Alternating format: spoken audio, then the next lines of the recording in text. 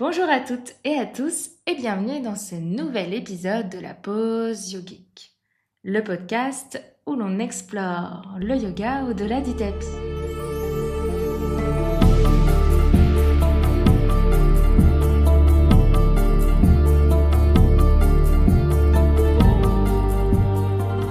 Aujourd'hui, c'est un épisode un peu différent que je vais vous proposer. La légende derrière les asanas. Dans le yoga, certaines postures ne sont pas seulement des formes que l'on répète sur un tapis. Elles sont le prolongement d'histoires anciennes, de mythes et de symboles puissants.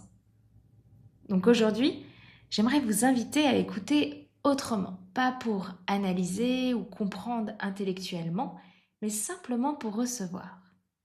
Je vais vous raconter l'histoire de Virabhadra, l'histoire du guerrier. Le guerrier qui est né de la douleur de Shiva, celui qui donne naissance aux postures que nous connaissons aujourd'hui sous le nom de Virabhadrasana. Alors, prenez un instant, respirez et laissez-vous porter par le récit.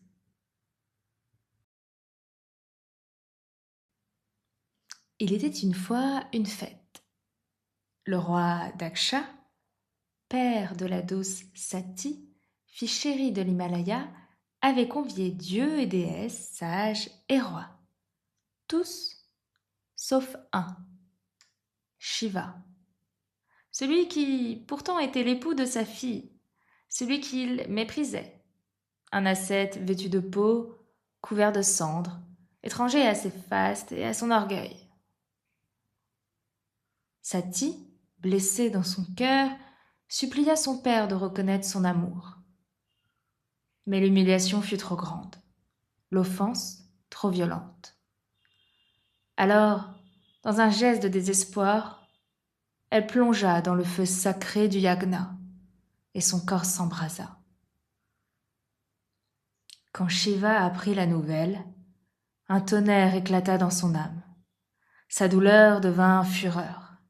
De ses mèches enflammées, il arracha une tresse, la jeta au sol, et de cette étincelle de colère naquit une créature. Un guerrier à la peau sombre, aux yeux de braise. Son nom était Virabhadra. Virabhadra bondit dans l'assemblée. Sa première apparition, c'est l'assaut, l'épée levée. C'est la posture que les yogis connaissent aujourd'hui sous le nom de Virabhadrasana 1, le guerrier, dressé, surgissant des profondeurs. Puis, il vise sa proie, Daksha, le père. L'œil fixe, les bras écartés comme l'arc d'un chasseur.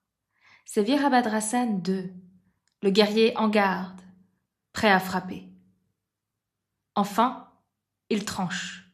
Il frappe d'un coup décisif. Virabhadrasana 3, le guerrier en équilibre, corps tendu comme une flèche.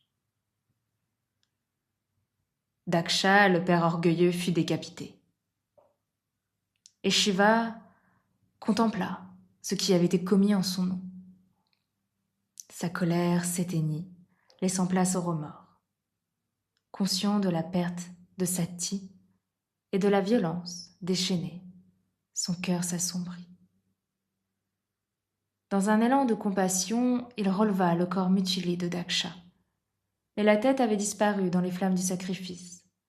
On chercha une offrande, on implora les dieux. Finalement, on apporta à Shiva la tête d'une chèvre.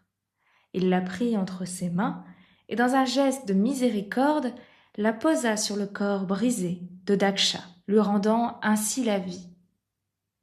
D'un souffle, d'une énergie divine, il rattacha cette tête au corps décapité. Et Daksha ouvrit les yeux.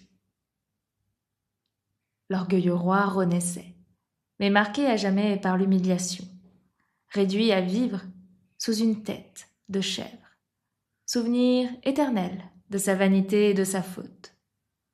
Et dans ce geste paradoxal, destruction et réparation, fureur et pardon, Shiva nous rappelle que la puissance ne vaut rien sans la compassion. Ainsi, chaque fois que nous prenons la posture du guerrier, nous n'invoquons pas seulement l'élan furieux de Virabhadra. Nous nous souvenons aussi que toute colère doit un jour se dissoudre dans la conscience, que derrière la force, il y a toujours la quête de réconciliation. Voilà, j'espère que ce mythe vous a plu.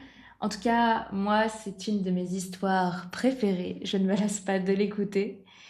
Si ce podcast vous a plu, je vous invite à le partager autour de vous. Je vous remercie beaucoup d'avoir pris le temps de m'écouter et je vous retrouve très bientôt pour un nouvel épisode. Bye!